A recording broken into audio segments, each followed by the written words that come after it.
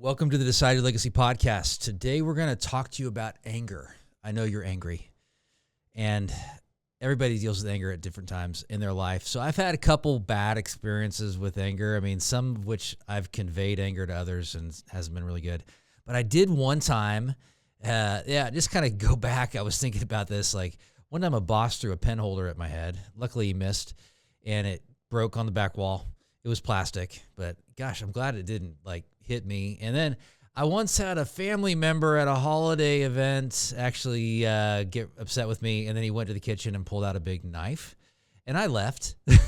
So it was, this happened, and I love these people, but that was kind of a scary thing. So there's a lot of consequences when we can just listen to our anger and then react. I mean, it can cause some real serious damage in our lives. And what I find is that anger is often triggered because we have unrealistic expectations about how a situation is going to go, and it doesn't go accordingly, and then we revolt.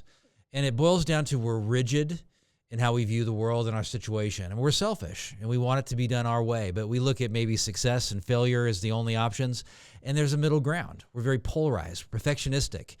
We're black and white in our thinking, not healthy for us. And then we want control, and it leads to anger. We aren't realizing that there are certain aspects of our lives that we cannot control. We can't control other people.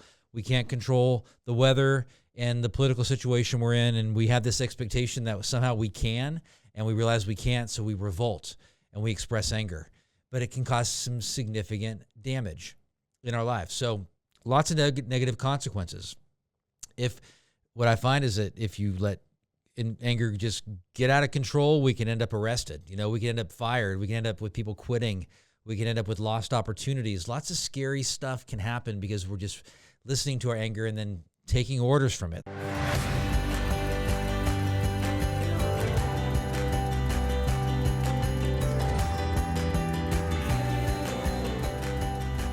Again, welcome to this podcast. I'm Adam Gragg. It's the DYL Legacy Podcast. Today it's on overcoming anger. I got 3 actions you can take that will make a big difference in your life. And so I'm Adam Gragg. I'm the founder of DYL Legacy, founded DYL Legacy in 2012.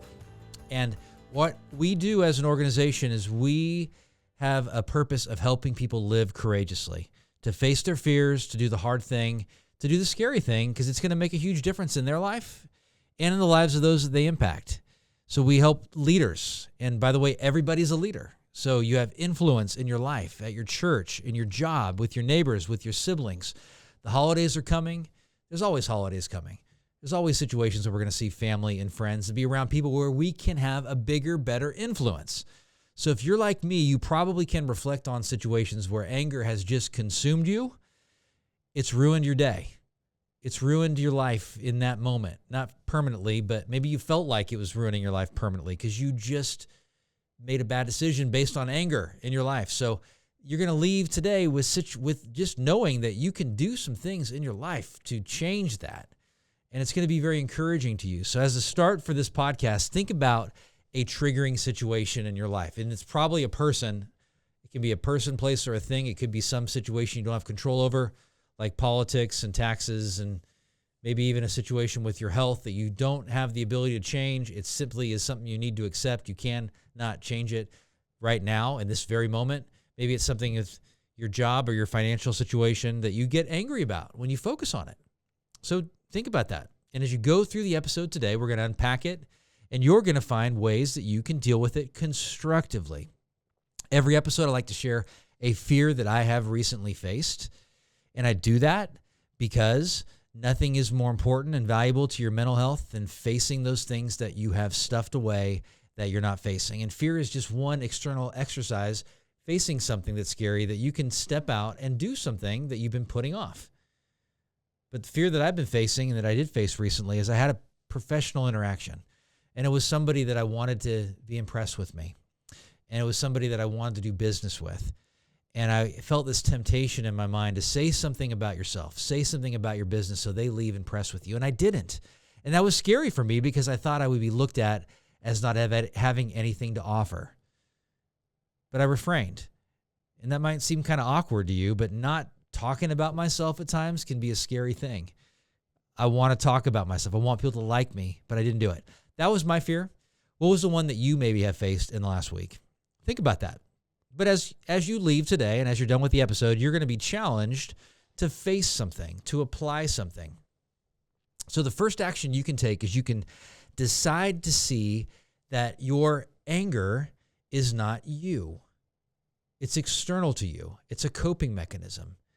It's actually a proxy or a replacement for other emotions most of the time. There's legitimate anger and there's illegitimate anger. If you're really angry at somebody because they slapped your wife and you don't know them, well, that's probably a good reason to be angry, Like, do something about it. Don't be a wuss and just let them keep slapping your wife or your husband, do something about it.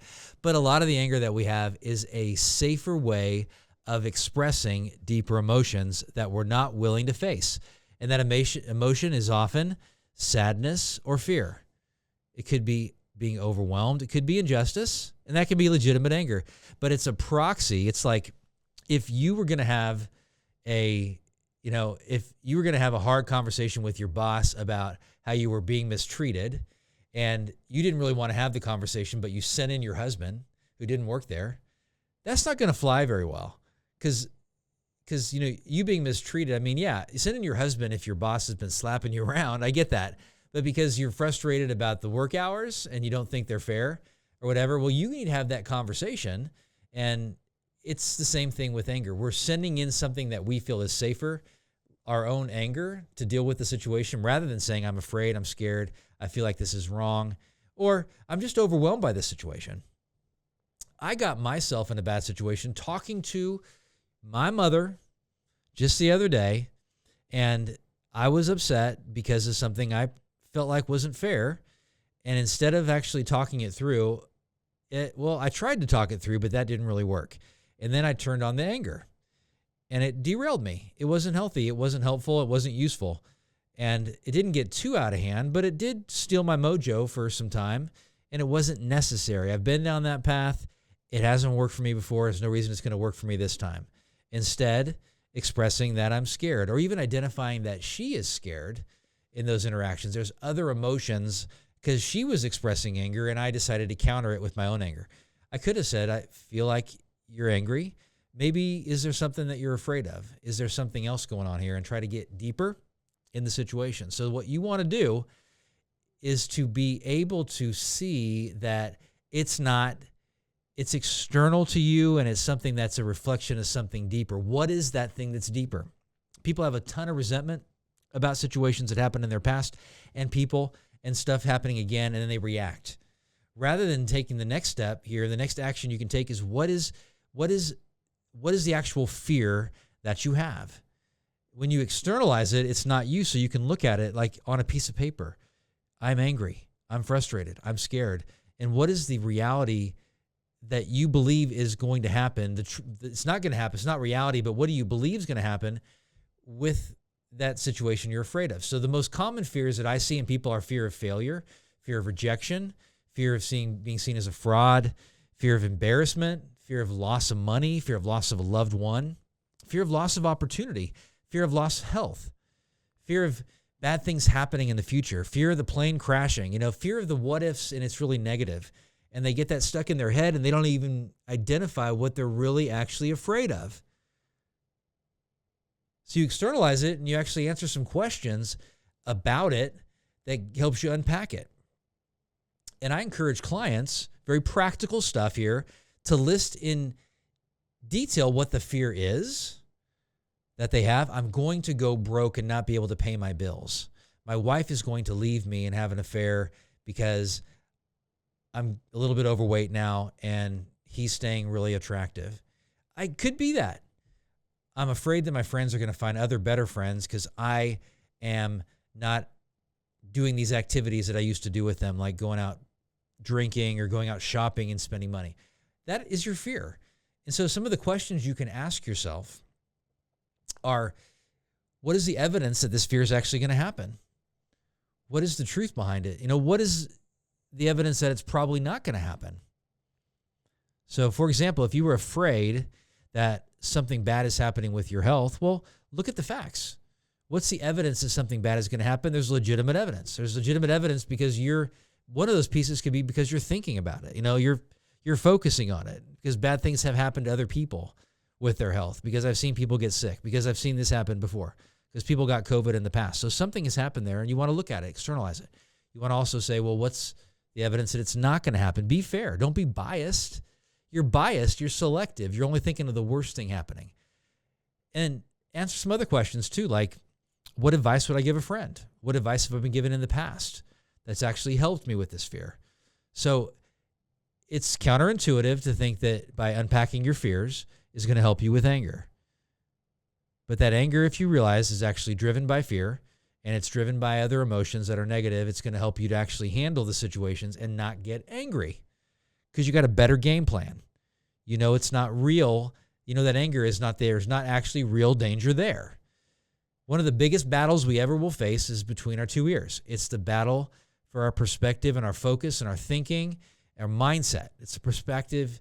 It's the battle that we have in choosing to step back from our lives and not be consumed by it. It's the battle, I would suggest, it's between the ego and the self, between the real you, the self, who you really are, and then the self-protective part of you, the ego, because that ego will keep growing and growing and growing until it destroys your life. It wants to destroy your life. I believe that the ego serves a purpose and has a reason for existing to protect us, to know that we have situations that are dangerous. But I believe also that it's absolutely truthful that when ego gets bigger and bigger and bigger, it doesn't want to stop. It just keeps going and taking over areas of our life.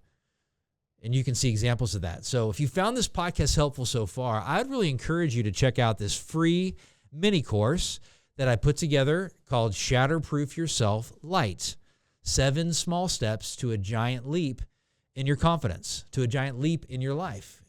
You go through this course. It's a brief video and it's a brief worksheet, 4-page worksheet, and you're going to unpack 7 actions that you can take, that you're going to identify specific to you to grow in this specific area. So you find this helpful, you're going to go deeper by going through Shatterproof Yourself Light. Hit the link, check it out, subscribe. It'll make a big difference in your life. So the third action you can take to deal with this anger that you have in your life, and this is the hardest part of the whole situation. You go ahead and externalize it by identifying it. Then you go ahead and the second action is you start to unpack it. So you break down those fears. The next one is to talk to somebody about it so that you start to get a different perspective on it.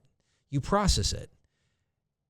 Big time stuff. We can't go through this life alone, living between our ears and our heads. And you need stuff besides your spouse, because that's a huge problem I've seen as a family therapist for a long stinking time, is they always go to their spouse about problems. That doesn't work. It wears your marriage out. You have to find others outside of that. I call these monkeys. They're people you can go to who are going to support you. You need them. And if your spouse is always telling you, hey, we've talked about this before, what are you going to do about it? Or if it's wearing them down, then you got a sign there. It's not necessarily you got a bad spouse. I would suggest the opposite, because they're encouraging you to see that you have other people you can process things with. And then you got to go ahead and do it. So you talk to people in your life. You answer those questions that I shared earlier about that specific fear with them. So here's the evidence. Here's what I think is going to happen. Here's another perspective. Here's the advice that I'm not applying. Here's what I'm doing. Here's what I'm not doing. Here's what I could do differently. Here's some ideas that I have. And they're going to give you some really good, legitimate feedback. A monkey, by definition, is someone that really cares for you and decreases your stress after you talk about things with them. So just last night, I talked to 2 monkeys, Ben and Dawn, and I shared with them some things I'm going through that are stressing me out. And both of them did a really great thing. They didn't know I was talking to each other. They don't even know each other. They don't even know each other exists, I don't think, because Ben's in California and Dawn's in Wichita. But they said the same stuff. Like, one of the big things they told me is that God's got this. You have your faith, and you have so many things to be grateful for. They pointed me towards gratitude. They pointed me towards security. They both told me that they're there to support me. They're both telling me that they're glad I talked to them. They don't make me feel like they're wanting to rush me off the phone. They don't make me feel ashamed for having the problem and the struggle even though I've had it before with them. They're both good friends. And that helped me and encouraged me, and they both got me thinking about things through a spiritually healthy mindset, not one that was consumed on my problems, my fears, which were making me angry. I mean, one of the things I told Ben was, I feel like I'd be at a better position financially right now in my life. And he was able to add some perspective to that. And mainly that, like, you are the one that would tell me that's not going to actually help you anyway. It's not going to help you anyway. I mean, it's actually one of the things that Ben and I will talk about sometimes. And Don, who actually has a lot of money, I think, from just talking to him and everything, he was able to just remind me that, you have things that are much more valuable, and that people ultimately aren't wanting that. If they really step back from their life, they're going to know that it's experiences and relationships and things that he's added to his life after age 70. He's able to remind me and give me perspective on that. And it's not that I don't want to have money. I mean, and I am actually blessed financially. I just compare myself to others, or even have this mentality that I should be further along right now. But they helped me add perspective. So I wasn't angry about that anymore. In fact, I was excited about it. I was excited because, hey, I have, it's a good thing. In some ways, it's actually kind of good to not have all these assets that pull you away from focusing on the most important things. So they gave me great perspective in that situation. So that's crucial. Identify who you can trust. I'd encourage you to identify like 2 to 4 people who you can reach out to when you're stressed. And it could be even a counselor. It could be a family member. It could be a coworker. It could be a monkey that you live with in your house. Possibly it could be a monkey that you live with or that you work with. But you find these people and you end up sharing a few of these fears that you have. And so I want to reference a resource that I put together a few years back. It's called 5 Days to Overpowering Anxiety. And there's an article in the show notes you can go ahead and access, and then you can download this worksheet, 5 days. And this is from 25 years as a therapist. Stuff I tell clients to do, stuff I've told myself to do, stuff I don't practice very often, unless somebody that reminds me to practice it. Because I created this stuff ultimately at the beginning for myself, and then I gave it to clients, and I forget about it. But it's basic stuff that will work in your life. You don't need to have that new book and that new theory. Go back to the basics in your life. Go back to your grandma saying, you just got to be grateful. Or your friend that said 5 years ago, hey, you have so much to be grateful for. Just think about that. We got to go back to the basics. It's going to make a big difference in your life. I'd encourage you to apply something that you heard today. And I want to just preface this too. I got a great podcast that's going to be coming up. And it's, I believe, the one after this. It hasn't been recorded yet, but it's all on gratitude. And I'm going to bring somebody in that has a great perspective. We're going to talk it through. He's going to have a real good, unique perspective, and we're going to share some great things you can do to go ahead and fight the battle to have gratitude in your life. So I'm real excited about you hearing that. It's going to be coming up as well. So if you found this helpful, again, check out Shatterproof. And mainly, another challenge I'd really encourage you to check out is to give us a rating and review on Apple or Spotify, and tell a friend about this episode. Especially your really angry friends, the ones that can't control it, send this to them so they'll become, better people. They'll deal with their life and deal with the core issues. So I have seen so many transformations in my career of people that have started to become emotionally healthier, and what that does to them. Because that anger problem, it can lead to real physical conflict. It can lead to addiction. It can lead to losing your job and losing your spouse and living this life without balance and not having fun in your life. That's very costly. Not a great thing. People that get stuck there in anger, it's going to have a huge impact. So you got some tools that you can go ahead and apply right now. And I want to go through, summarize again. So 1, externalize your anger. Don't see it as you. 2, identify the fear behind it. And 3, talk to somebody about it. If you found this helpful, do me a favor as well, and go ahead and comment below and tell me how we can improve the podcast. Tell me what we can do and topics we can cover that are actually stuff that we don't actually cover. Because you're a listener, you're a fan, we need your support.